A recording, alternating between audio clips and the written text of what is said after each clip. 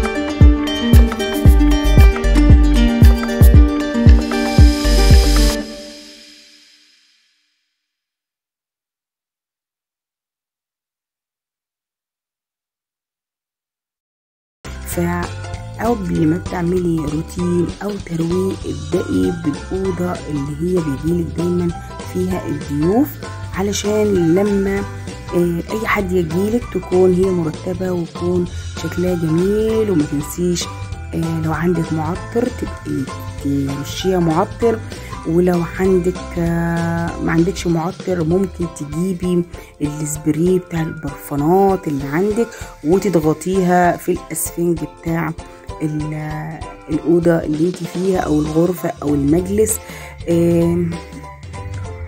طبعا الإضاءة كانت في الأول ما كانتش قايدة كلها.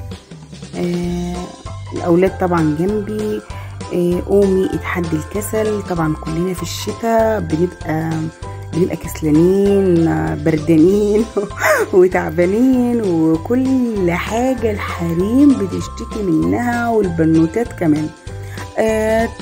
تلاقي العظم والرجل وكل حاجة بتشتكي منها، بالذات في البرد ده، وبالذات ان في اشعة فوق بنفسجية الكل بيشتكي من العظم وبسبب الرطوبة اللي في الجو. هتلقي صداع، هتلقي دايما هتحسي ان انت عظمك متكسر، الحاجات دي كلها. فلو انت بتحسي بكسل، بتحسي بان عظمك دايما تحسي ان هو عندك خمول كسر، فدوت اكيد عندك نقص في الفيتامينات، فيتامين د او فيتامين ه. فدايما كلي سلطات كتير، تمام. كل الحاجات اللي فيها بتعوضك عن الفيتامينات اللي هي زي الخضار، البتنجان والعسل الاسود والحاجات دي كلها بتعوض عندك الفيتامينات اللي ناقصه. ممكن تكون عندك نقص في الفيتامينات زي الانيميا والحاجات دي كلها. فطبعا بتخلي اي واحده فينا بتحس بكسل، بتحس ان عندها مدان، عضمها بيوجعها، مش قادره ان هي تقوم تعمل اي حاجه. وبالذات في البرد ده كلنا عايزين البطانيه تمشي معانا في اي مكان. يعني كلنا لازم نشجع بعض ونتحدى. ما هو لازم ان انت تتحدي باي طريقه ان انت تقومي عشان تروقي شقتك. ما هتفضلي كده يبقى كده الشقه هتعفن كده. يلا بقى قومي، وكل واحده تدي لنفسها طاقه ايجابيه وتتوكل على الله وتصلي على سيدنا محمد. اللهم صل وسلم على سيدنا محمد، اللهم صل وسلم عليك يا سيدي يا رسول الله، عليه افضل الصلاه والسلام. طبعا انا لما باجي اغسل البلاط بحط ديتول في الميه وشويه صغيرين كلور وخل. الخل بيبقى معاكي في البلاط تحفه. الديتول مفيش ديتول، ممكن تحطي معطر، مفيش ده ولا ده، حطي خل وملح وميه واي روايح عندك او معطر جو بيبقى يخلي البلاط تحفه يا بنات. طبعا انا بحب المساحه اللي كنت بمسح بيها دي جدا، لانها ما شاء الله بتدخل معايا في الاماكن اللي انا ما بقدرش اوصل لها.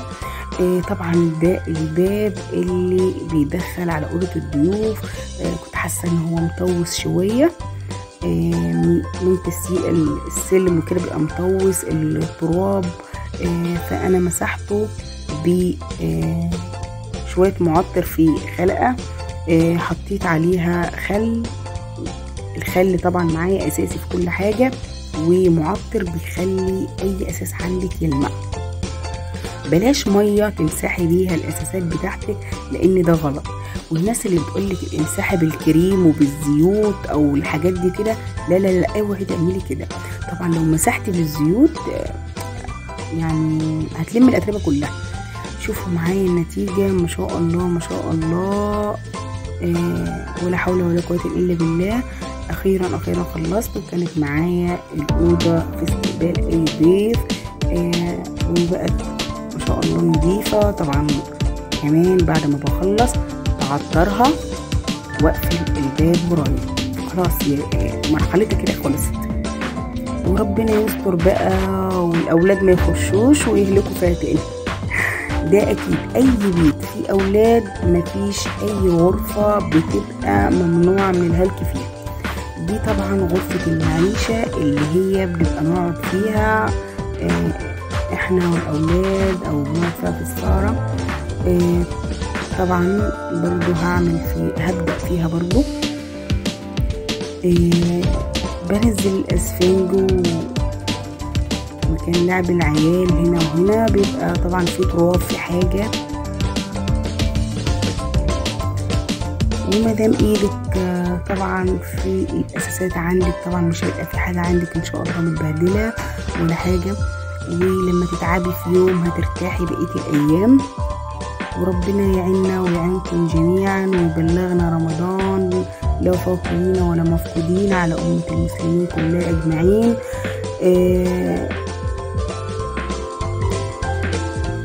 مش عارفه اقول لكم ايه والله، بس انا متشكره جدا للناس اللي بتبعت لي كلام جميل جدا قوي. دي حاجه اعتز بيها وفخوره بيها جدا. وكمان بتدوني تشجيع ان انا انزل لكم فيديوهات اكتر واكتر. دي حاجه بترفع من معنوياتي. متشكره قوي ليكم ولكل حبايبي ومتابعيني. وطبعا القناه بتكبر بيكم كلكم لان انتوا الاسره بتاعتي التانية، وانا متشكره جدا ليكم قوي. وانا طبعا في خدمه اي حد يحتاجني في اي حاجه يكتب لي بس كومنت وانا هرد عليه، واي طلب تطلبوه مني انا تحت امركم.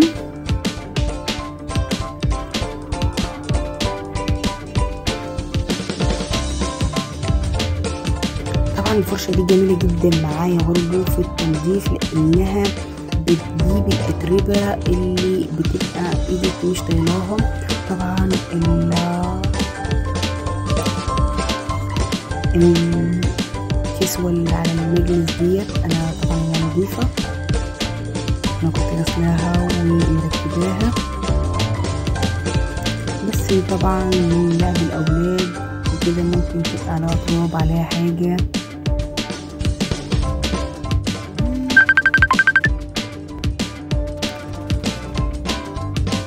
فأتمنى لو الفيديو بتاعي النهاردة عجبكم وفيه لو تشجيع بسيط، ما تنسوش اللايك.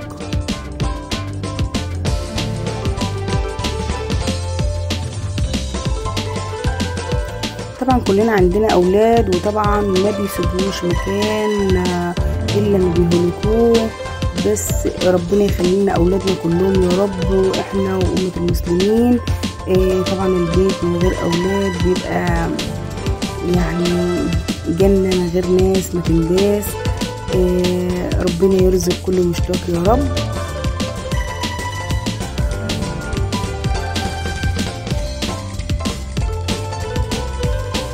وسيبي أولادك يلعبوا براحتهم، تمام، مش غلط، خليهم يلعبوا ويوسخوا برضو، مش مشكلة، هتساعدوا بعض او هتنضفوا في اي وقت، بس المهم ان هم يكونوا خرجوا الطاقة اللي جواهم. انا ما بحبش اولادي يخرجوا بره، انا بحب اولادي يلعبوا في الشقة، لان انا بخاف ان هم يطلعوا بصراحة بره البيت.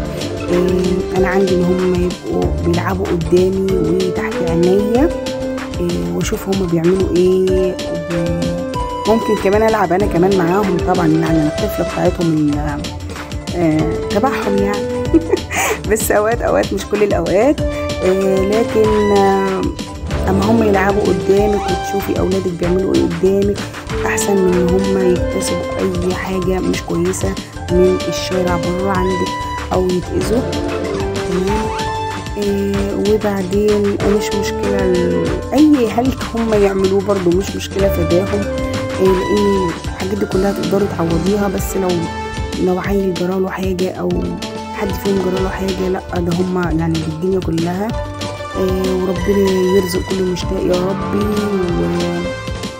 والحمد لله يعني اليوم بيعدي في الاخر على خير. هي كلها شويه حركه بسيطه كده ورياضه، اخديها رياضه، يلا بالنسبه بقى للرجيم والحاجات دي يبقى رياضه معانا، والحركة فيها بركة.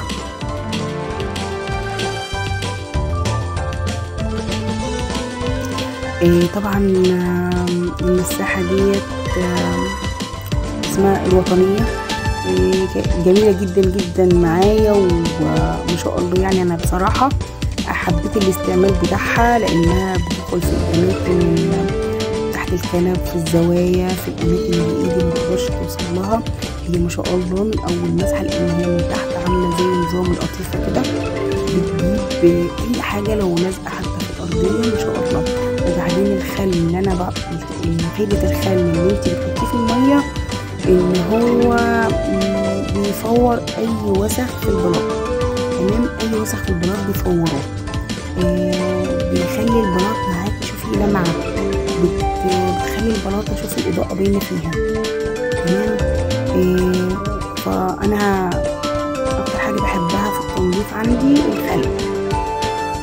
الحمد لله بعد الانتهاء في غرفه المعيشه بقت ما شاء الله فله منوره، بقت معايا جميله وجاهزه معايا دلوقتي لهلك اليومي برضو، يعني برضو يعني بس يعدي عليها ساعه، يعني انا نفسي افرح بها ساعه واحده، لا ابدا عمرها ما هنفرح بها ساعه 5 دقايق. انا كنت شايله المفارش بتاعت السراير وغسلتها، تمام. طبعا كانت شغاله الغساله عليها، قلت بقى افرش معاكم اوضه الاطفال. انا بحب الاوضه دي جدا، لان اللون بتاعها واللون بتاعها يعني فوسفوري، بس اللي هو الفوسفوري في زيتي، في اللون اللي هو التقيل ده، مش عارفه هو جاي في الكاميرا خفيف ليه. الاوضه دي انا بحبها جدا جدا ما شاء الله، يعني بحس كده فيها انت قاعده، بالذات الموكيتا بتاعتها على قد الموكيتا بتاعتها بصراحه مقرفه وبصوا متعبه جدا جدا جدا. اي موكيتا شعر ديت اللي هي الفرو، الشعر اللي هي الفرو ديت بتبقى بصراحه متعبه جدا جدا، تقيله، واي حاجه بتمسك فيها يعني تقعدي على الارض كده يا حبيبه قلبي وتنقي فيها شعرايه تفليها. ممكن يكون واكلين لب عليها، يكون عيل وقع مسمار، اي حاجه طالما عندك اولاد احتمال هتلاقي فيها كل ما تشتهي الانفس. انا كده بقول لكم خلاص هي الاوضه معايا انتهت وبقت معايا بالشكل ده. ما تنسوش بقى اللايك والاشتراك. شوفوا الاوضه بقت معايا ما شاء الله فل منوره، وكفايه ريحه المعطر تحفه. نسيت اقول لكم كمان على حاجه، انا ببقى اولع المبخره على البخور. انا هبقى انزل لكم فيديو بالبخور ده، البخور ده يبقى جميل جدا جدا و هيعجبكم ان شاء الله. دي الغرفه الثانيه برضو بتاع الاطفال، دمت اللي هما بيناموا برضو فيها كده. برضو انا خلاص خلصتها وبقت معايا بالشكل ده. طبعا انا وريتها لكم في الاول وعشان الفيديو ما يطولش عليكم.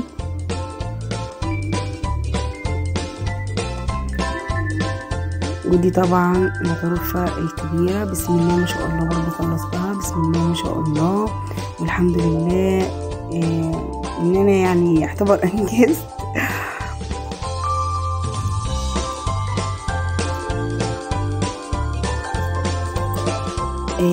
اتمنى انكم تدعموني والقناة تكبر بيكم اكتر واكتر. وبمناسبة النهاردة الجمعة اتمنى ان الناس كلها تكون صلت على النبي عليه افضل الصلاة والسلام، وتذكروا النبي كتير، اكثروا في الصلاة على النبي عليه افضل الصلاة والسلام. اللهم صل وسلم على سيدنا محمد وعلى اله وصحبه وسلم. يا حبيبي يا محمد يا رسول الله.